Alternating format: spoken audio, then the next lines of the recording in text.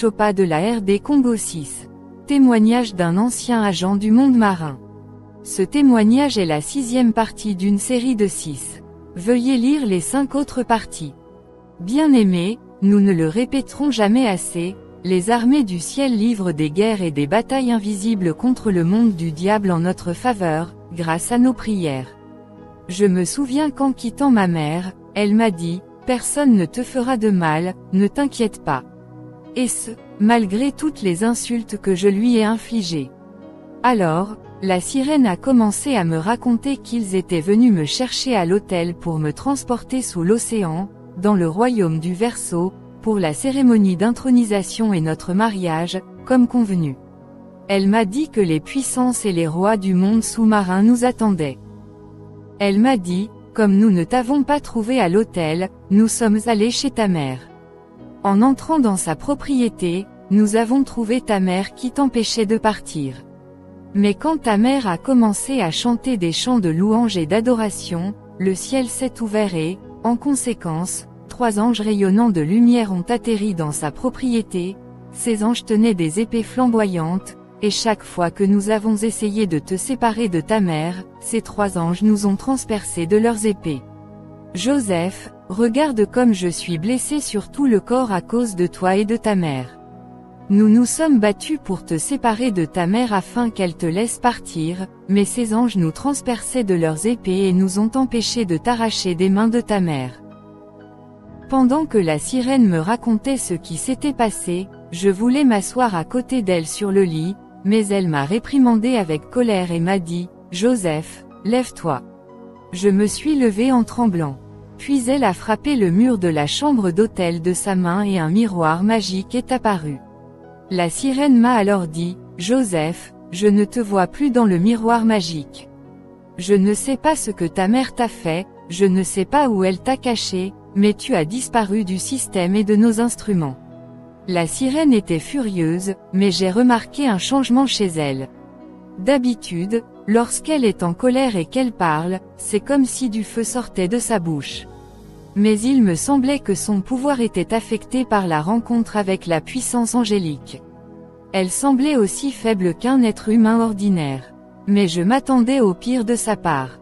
Je pensais qu'elle allait se débarrasser de moi en me tuant, alors elle a continué à me chercher dans le miroir magique, en vain. Elle y a même mis la tête. Elle ne m'a pas vu. Alors la sirène m'a dit, « Joseph, je suis fini, tu m'as mise en difficulté et en danger. Je ne sais pas quoi faire. » J'ai réalisé que la sirène ne pouvait plus me voir à travers ses instruments. Je me souviens des paroles de ma mère, « Ils ne te verront plus avec leurs outils et leurs engins, et ils ne pourront rien te faire. » Ces paroles de ma mère ont porté leurs fruits, car je suis devenu invisible au système et instrument satanique. Observé depuis mon enfance dans le miroir mystique du monde sous-marin, Dieu a accompli les paroles de ma mère et m'a rendu invisible aux dispositifs et outils de contrôle et de détection du monde sous-marin. Bien-aimé, la prière peut te rendre invisible aux caméras et aux radars du monde de Satan. Après cela, j'ai vu la sirène entrer dans la salle de bain.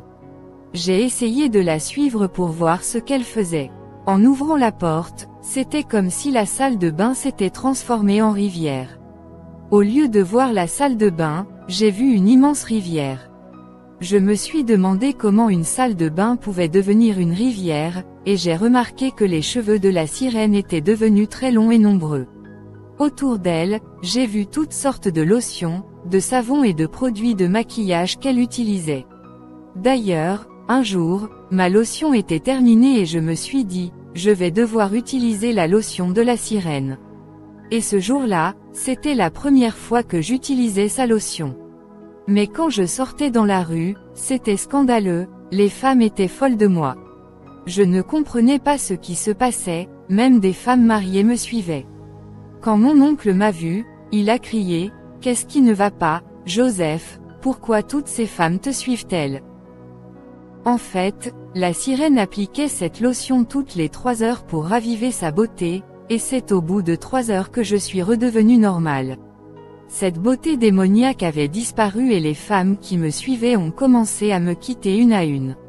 La lotion de sirène que j'avais appliquée sur mon visage m'avait donné une beauté démoniaque.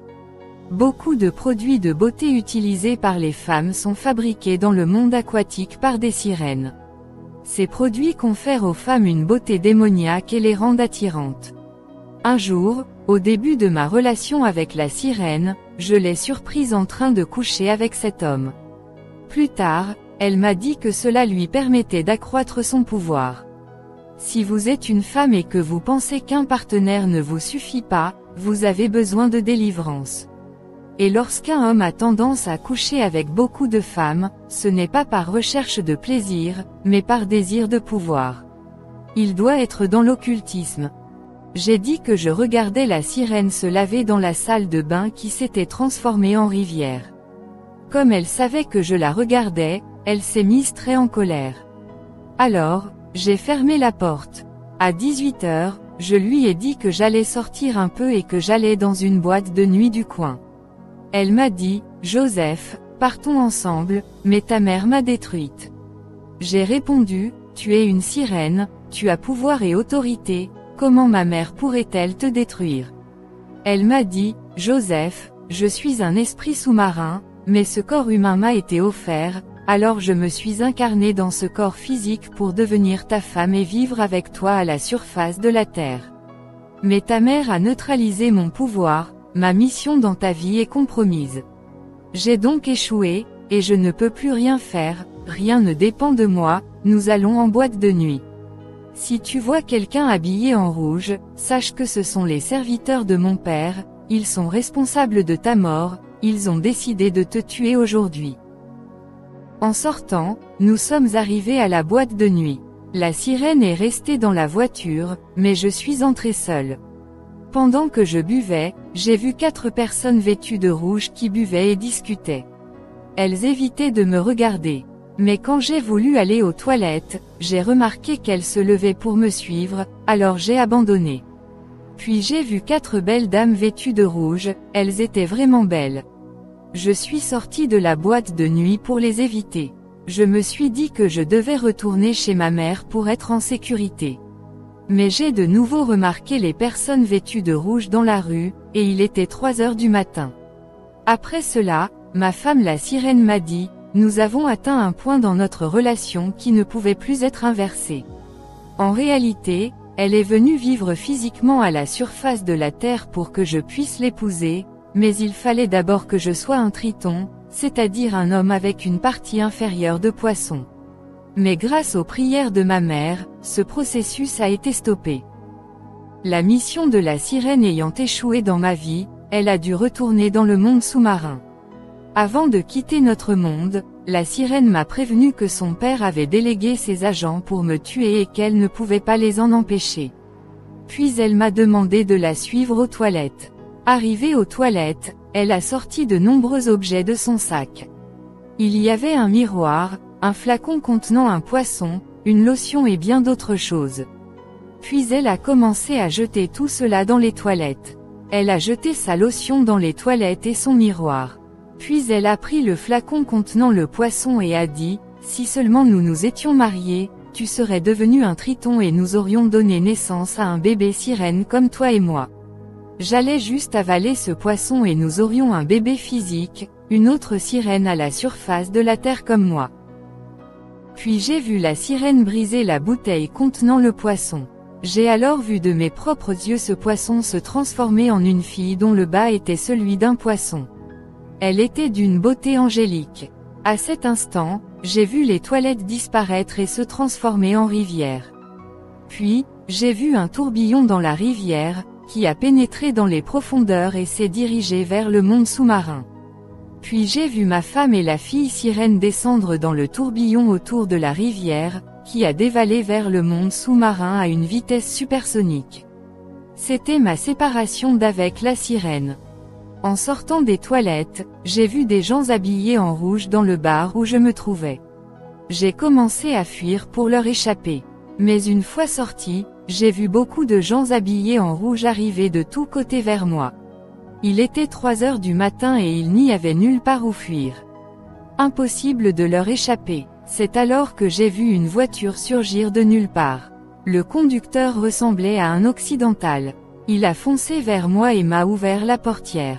Je ne sais pas si c'était Jésus ou un ange, mais c'était l'intervention de Dieu. L'homme m'a dit d'entrer et de rester dans la voiture jusqu'à l'aube. Quand cet homme a parlé de l'aube, je me suis souvenu du rituel au cimetière, interrompu par une voix puissante annonçant l'aube. Cette voix a mis fin à toutes les activités maléfiques de la nuit. Après être entré dans cette voiture, j'ai vu ces agents du royaume maritime encercler la voiture dans laquelle je me trouvais. Ils n'osaient pas ouvrir la portière, mais ils me criaient dessus en me disant de sortir. Mais le conducteur, dont l'identité reste mystérieuse, m'a dit, « Si tu veux survivre, tu dois rester à l'intérieur, sinon tu mourras. » Comme je restais à l'intérieur, ces agents du royaume de Satan ont commencé à créer des illusions pour m'en sortir. Ils ont créé des images holographiques de ma femme la sirène pour me faire sortir, mais je savais que c'était une manipulation. Ils ont créé de fausses images de choses que j'aime pour me faire sortir, mais je savais que c'était une illusion. Je suis resté dans la voiture et, à l'aube, ces esprits du monde sous-marin ont disparu un à un. Ils se sont volatilisés dans l'air, car ils ne supportaient pas la lumière du jour. C'était le matin, quand cet homme m'a dit, « Tu peux sortir de la voiture. » Il m'a donné de l'argent pour acheter une Bible. En sortant de la voiture, je me suis mis à courir. Quelques minutes plus tard, je me suis retourné pour regarder la voiture une dernière fois, mais elle n'était plus là. Plus tard, je suis allé voir des hommes de Dieu qui étaient venus prier pour moi. Je leur ai donné tous les objets de magie et de sorcellerie, mais j'ai constaté que sur toutes mes photos, l'image de la sirène avait disparu. Même les pasteurs étaient surpris, car la personne censée figurer sur les photos n'était plus là. Quelques semaines après ma séparation d'avec la sirène, j'ai commencé à développer de l'eczéma sur tout le corps. C'est plus tard que j'ai appris que toutes les femmes qui avaient couché avec moi souffraient de cette maladie. En fait, après avoir failli à sa mission dans ma vie, la sirène avait laissé dans mon corps un sida mystique. Plus tard, ma santé s'est détériorée. J'avais de l'eczéma partout et ma peau commençait à pourrir.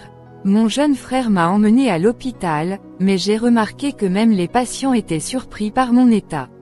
J'étais au centre de toutes les attentions. À cause de mon état, on me méprisait, même les pasteurs qui visitaient les malades à l'hôpital m'ignoraient. Plus tard, les médecins m'ont dit, « Votre état empire, ce n'est pas normal, votre peau extérieure pourrit, mais votre corps intérieur se porte bien. » Puis le médecin m'a dit, « Vous devez prier, car votre état n'est pas normal. » Comme la situation empirait, j'ai demandé au médecin de me prescrire un médicament mortel. Le médecin m'a dit, « Au lieu de tenter de me suicider, il vaudrait mieux que vous alliez à l'église. » À cette époque, ma mère était déjà morte. Ma famille ne supportait plus ma présence. J'ai donc cherché la mort, car elle m'était devenue insupportable. J'avais un miroir et, chaque matin, en me regardant dans ce miroir, je ne pouvais pas accepter que ce soit moi. J'ai donc décidé de me suicider. Mais au moment où j'allais passer à l'acte, une pierre est tombée de nulle part et a brisé le verre contenant le poison. Plus tard, mon jeune frère m'a conseillé d'assister à des réunions de prière en ville. Il m'a proposé une prière appelée « la prière du pécheur ». Mais comme je ne croyais pas en Dieu, je me sentais ridiculisé. Puis une femme qui revenait d'un long programme de jeûne et de prière est venue me dire que Dieu lui avait dit que je serais son serviteur. Mais en voyant mon état, elle a été scandalisée. Quelques jours plus tard, je ne sentais plus mon corps. J'avais l'impression d'être hors de mon corps. C'était comme si quelqu'un m'attendait quelque part et qu'il devait m'emmener dans un endroit malsain. Alors, un jour de souffrance, j'ai vu un ver sortir de mon corps. J'étais scandalisé et choqué. Comment un ver peut-il sortir de mon corps alors que je suis vivant? C'est ce jour-là que j'ai finalement décidé de me suicider. J'avais prévu de le faire à 3 heures précises du matin.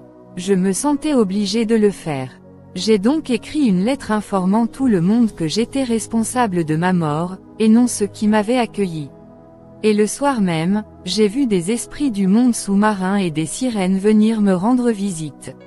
Ils ont atterri là où j'étais allongé dans ma chambre et m'ont dit, « Joseph, regarde ce que tu es devenu, c'est inacceptable et embarrassant, alors prends ce couteau et mets fin à tes jours. » Immédiatement, j'ai vu un couteau à mon côté. Toute la nuit, les sirènes des eaux m'ont exhorté à prendre le couteau et à mettre fin à mes jours. Ils m'ont dit, « Maître Joseph, regarde ce que tu es devenu, à quoi bon vivre dans cet état? Tu es un homme important et célèbre dans le quartier, c'est humiliant. Alors prends un couteau et mets fin à cette humiliation. » À ce moment-là, après des heures de harcèlement démoniaque, j'ai senti un vent frais entrer dans la pièce où j'étais allongé. Il y avait une présence dans ce vent.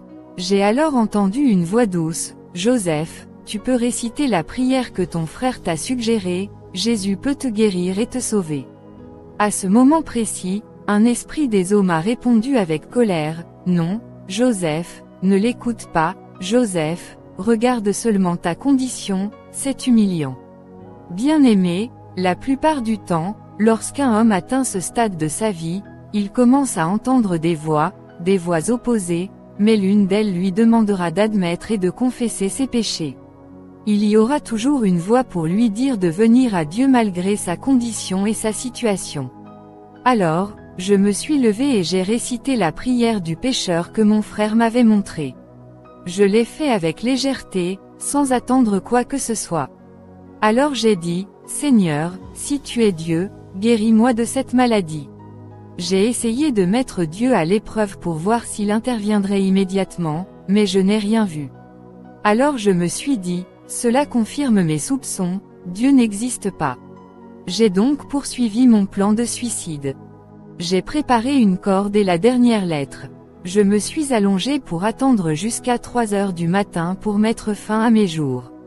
En attendant, je me suis endormi sans m'en rendre compte. J'ai eu une vision spirituelle de la réalité invisible à laquelle j'étais confronté. Cette vision montrait le combat spirituel et la bataille invisible qui se déroulait dans le royaume de Dieu et celui de Satan pour mon âme. En fait, je me suis vu dans un gouffre profond. Il faisait extrêmement sombre. C'était un endroit complètement obscur.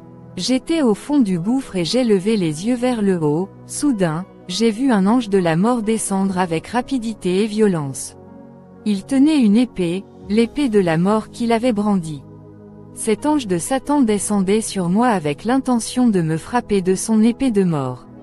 L'ange de la mort s'est écrié, « Méchant, méchant, aujourd'hui est le jour de la vengeance, aujourd'hui est le jour du châtiment, aujourd'hui est le jour de la mort. » Bien-aimé, cet ange de la mort s'abattait sur moi.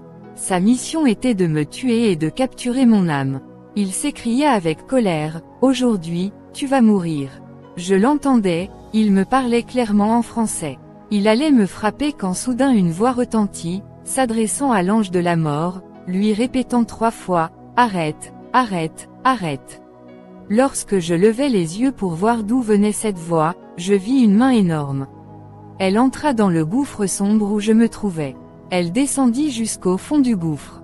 J'entendis la voix s'adresser à l'ange de la mort, « À cause de l'alliance que j'ai avec sa mère, et parce que tu es venu pour le tuer avec l'épée de la mort, je t'ordonne de le bénir. » Bien-aimé, j'ai vu cet ange de la mort qui était venu pour me tuer mettre son épée sur mon épaule et me dire de répéter ceci après lui, devant Dieu et Jésus-Christ, qui doit juger les vivants et les morts, et en vue de son apparition et de son royaume, je t'ordonne ceci, prêche la parole, sois prêt en toute occasion, reprends, censure et encourage, avec une grande patience et en instruisant soigneusement. Car il viendra un temps où les hommes ne supporteront plus la saine doctrine, mais, selon leurs propres désirs, ils se rassembleront une multitude d'enseignants qui diront ce que leurs oreilles désirent entendre. Bien-aimé, ces paroles sont sorties de la bouche de l'ange de la mort envoyé par le monde de Satan pour me tuer. Après cela, une main m'a saisi. Les proportions de cette main ressemblaient un peu à celles du film King Kong, la façon dont la bête posait la femme sur sa paume. Cette main m'a sorti de ce gouffre de ténèbres. Tandis que cette main me tirait de ce gouffre de ténèbres, j'ai essayé de voir le visage de l'être de lumière qui m'avait placé sur sa paume, j'ai essayé de regarder son visage, mais je n'y suis pas parvenu.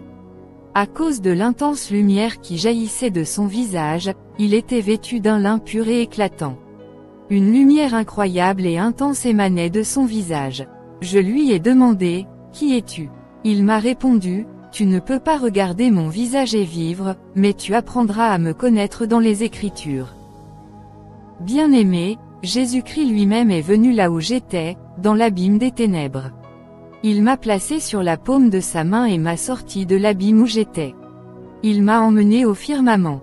Il m'a alors dit, « Voici, j'ai regardé et j'ai vu la planète Terre. » Puis Jésus a dit, « Voici la guerre qui fait rage sur la terre. » Puis il m'a emmené au Congo, mon pays. En fait, Jésus avançait alors que j'étais encore sur la paume de sa main. J'ai alors vu une armée d'artillerie lourde.